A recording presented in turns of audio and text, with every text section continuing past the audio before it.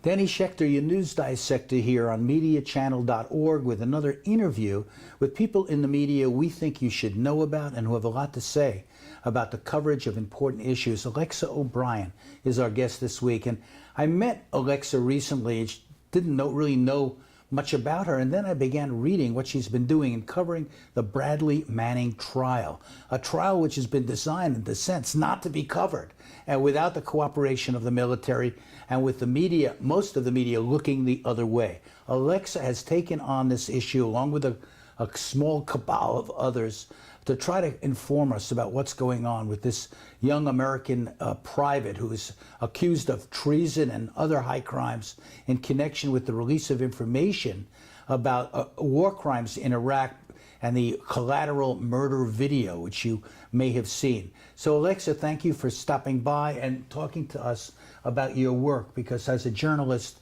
and as an investigator and reporter, you deserve not only a lot of credit for what you do, but also to be more widely read.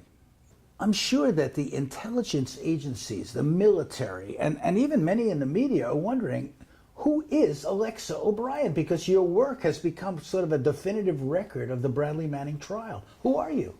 Well, I'm an investigative journalist, and I have been covering the WikiLeaks releases since late December of 2010. And had covered Bradley Manning's confinement at Quantico. I went to the pre-trial in December 2011, and that's when I started to actually cover the trial in the manner that I'm covering it now. Which is involving actually making transcripts. I thought that there are stenographers in court that actually keep a record of the court trial, but this is not the case. No, there is no public docket for this, as you would find in any normal federal criminal investigation.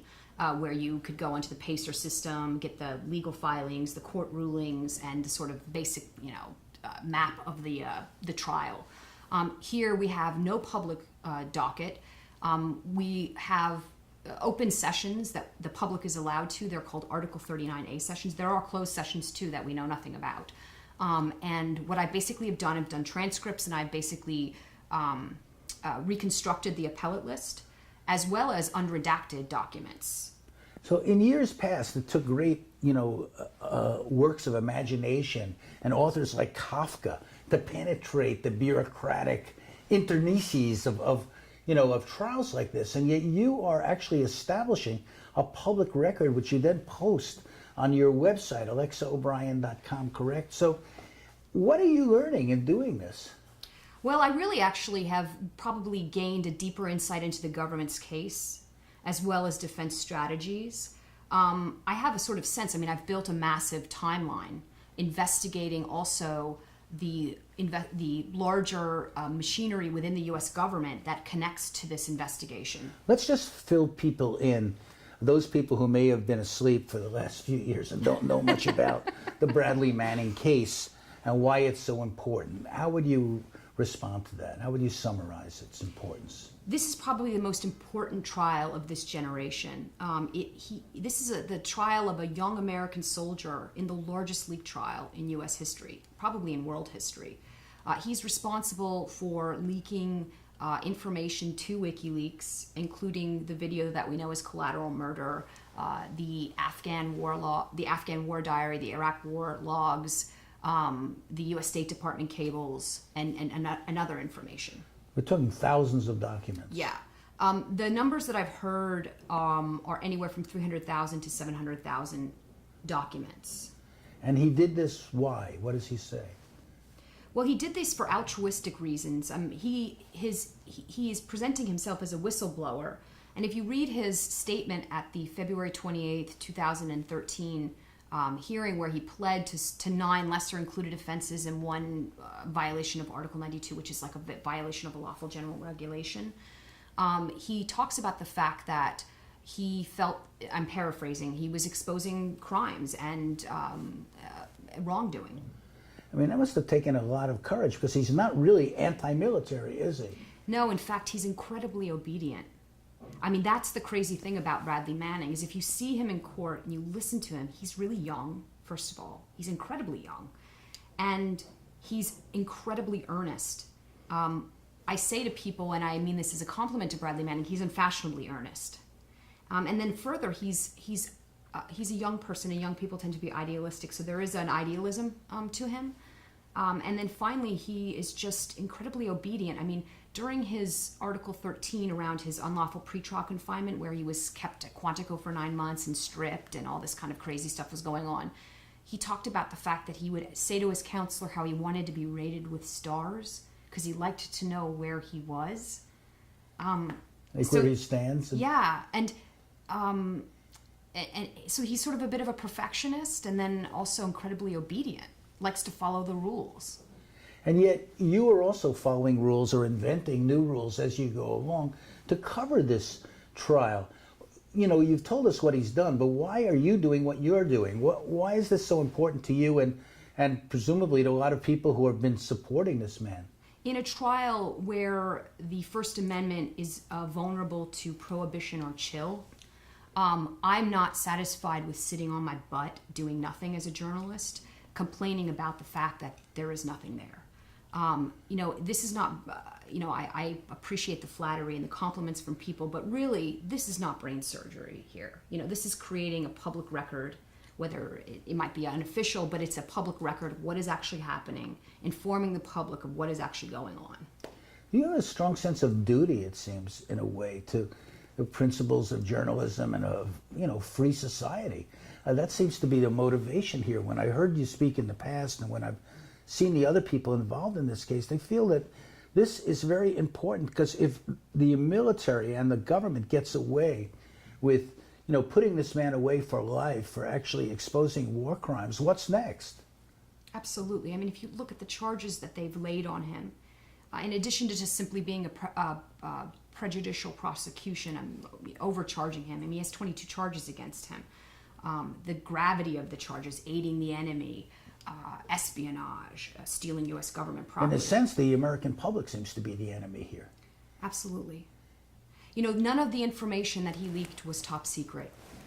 This information, in fact, defense will argue, was really actually, in some respects, already in the public realm. If you look at the Guantanamo files that he leaked, and you look at the information contained within them, they were, released in FOIA or were available. The Freedom of Information Yeah. Act. So this is not closely held defense intelligence, national defense information. The government is really using this leak to rationalize greater spending in the cybersecurity and the insider threat. Is it that they're terrified that other soldiers or other people in government will follow his example? That they want to make the cost of releasing information so high that others will be terrified of trying to do anything to step over the line, so to speak? Yes, two things. Number one, the executive never gives away its power. So, I think that fundamentally, if you look at the strategy, for example, I was discussing with somebody that the subject matter expert for the Military District of Washington, which is responsible for conducting a fair and impartial trial for this young soldier, was a former member of the prosecution, the former legal subject matter expert. So this individual was translating to a stupefied and anesthetized press pool what was actually happening in the courtroom. And he didn't disclose to the press pool that he was a former member of the prosecution, and his emails were actually in the evidentiary record for his unlawful pretrial confinement at Quantico, where he was like, it doesn't really matter. This sounds like one of those conflicts of interest that we hear about all the time in government and in the corporate world. But, the question here is, what about this press? Are others covering it? Are they doing a good job? Or if they're not, why? No, this is not being covered the way that it needs to be covered. And it's not being there's no commentary on it by the kind of subject matter experts that need to make commentary on it for the kind of public discussion that needs to happen around a trial of this importance. There are a group, as you said, a cabal of 3 or 4 journalists and a sketch artist who have been documenting this trial in the best way that we can, each in our own way. Kevin Gostola does great live blogs. He gets that information out quickly. I basically, work on these transcripts and sort of a longer view commentary on the trial, of deconstructing the government's case, deconstructing the defense's case, unredacting documents. there's Adam Classfield at Courthouse News, and then Nathan Fuller with the Bradley Manning Support Network. Why isn't the press doing That's it? What about CNN, Fox, No. ABC? CNN is sleeping, and I actually like the guy, and I don't mean to, basically shame him in public, but he falls asleep during the proceedings. The New York Times is there now, Scott Shane and Charlie Savage, because essentially they've been shamed into coming. But there's this kind of sort of... Savage is a very good reporter in my experience. I mean, he seems to be committed to stories like this, but it's not getting the attention. He's not committed to the Bradley Manning trial, I can tell you that. Okay. So that must be frustrating to be in an environment, supposedly as a member of the press, when the press itself isn't there. Going to Fort Meade, I dread it. I have to be there tomorrow, and I dread the experience because, for one thing, I have not always gained the best attention from the Military District of Washington. At one point early on in the proceedings, they actually tried to arrest me because the situation got cleared up, but it was a misunderstanding on their part. But so there's this kind of unease I have going into that environment. And then also just simply what's also frustrating about it, in addition to the Military District of Washington, is the completely impotent and docile attitude of the press towards this proceeding. They are spoon-fed, essentially, the message by the Military District of Washington, and they don't ask any tough questions. It's interesting. There seems to be a siren in the background as we speak, which, suggests to me that this is an emergency. This whole case is an emergency, and yet, it's almost being ignored. There seems to be more attention in Europe, in parts of the European media, than the American media. How do you, afford to do this? You're not working for a major media outlet. I mean, I'm self-funding it, basically. I get small donations, and people have donated certain things to me. For example, if it's staying in locally in the area, I don't have to pay for a hotel, or I don't want to get into too many details because I like my privacy. But essentially, that's how I've been doing it. And at the same time, we see an event like the death of Margaret Thatcher that gets saturation coverage and one-sided coverage. But for all extents and purposes, kind of turning her into, a god-like figure. And, at the same time, people like Bradley Manning and perhaps earlier in our history, Dan Ellsberg, were considered to be pariahs almost, although in Ellsberg's case, to his credit, the New York Times did publish the Pentagon Papers. But here, where are the Bradley Manning papers? This question oftentimes comes up, with regards to the press. Why aren't they there? Why aren't they there? I think that the answer is layered. For one thing, we're in a generational shift between the boomers and the digital generation. And so there's a completely different approach to the way in which we get information. I think that the entrenched, established media is also taking a defensive posture towards organizations like WikiLeaks that leaked these documents because it essentially threatens their control over audiences. And they would deny that they are a media organization. They would, I guess, call them a propaganda organization. And yet their rights as a media organization are respected by many in the media. Yes, and I think also if you look at the longer view that fundamentally we have to protect the First Amendment in the digital age, that this generation is not entitled to a sort of a free pass into protecting civilization. In fact, in many regards, that task is upon us now. And so it really calls on the enlightened citizenry to come to the fore and actually protect and save the very fundamental building blocks of good society. I mean, it seems to me, I've been around maybe a little longer than you have, but this is an outrage. This is a disgrace, to our country and to, certainly ideas of freedom of expression and the like, particularly when, the crimes that he has exposed have gone unprosecuted themselves. Journalists being slaughtered, from helicopters, in Iraq, information being muzzled. I weep about it. I did a film called WMD, Weapons of Mass Deception, about it. I couldn't get my head out of this for years. I was so furious about it. And somehow that rage has not gone away, but it doesn't seem like a lot of people are listening. It's frustrating, isn't it?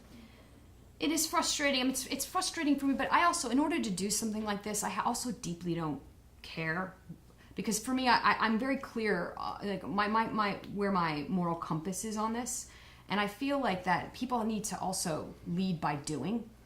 I have to conserve my energy. Do you know what I'm talking about? I mean, I think so. Yeah. Yeah, and I feel like a lot of people, it's important to complain too. I mean, you could see that in a lot of the activism or the sort of active citizenship around this. But it's not enough. People have to actually do it. Well, you're not like one of these sort of self-promoters who's out there trying to say, look at me, in terms of, the work that you're doing. You seem to be doing it very quietly late at night into, I don't know when you sleep. I mean, you do so much, kind of heavy transcription, heavy writing. Your website is not a joy to look at, but I mean, honestly, I mean, graphics is not something that's been invented, in your world, but there's no time. The information really is incredibly intense and important for people to know about. AlexaO'Brien.com, people. Check this out. Help her in this work that she's doing. She shouldn't be alone in doing it. And we at Media Channel are really proud that you came in to talk with us. We believe in what you're doing. We believe in its importance. And we wish you every success. And we really hope that someone watching this, someone listening, will write a big check and help you do what you're doing. And you wouldn't say it, but I can say it. Thank you very much. Thank you. You're so Okay. sweet. Okay.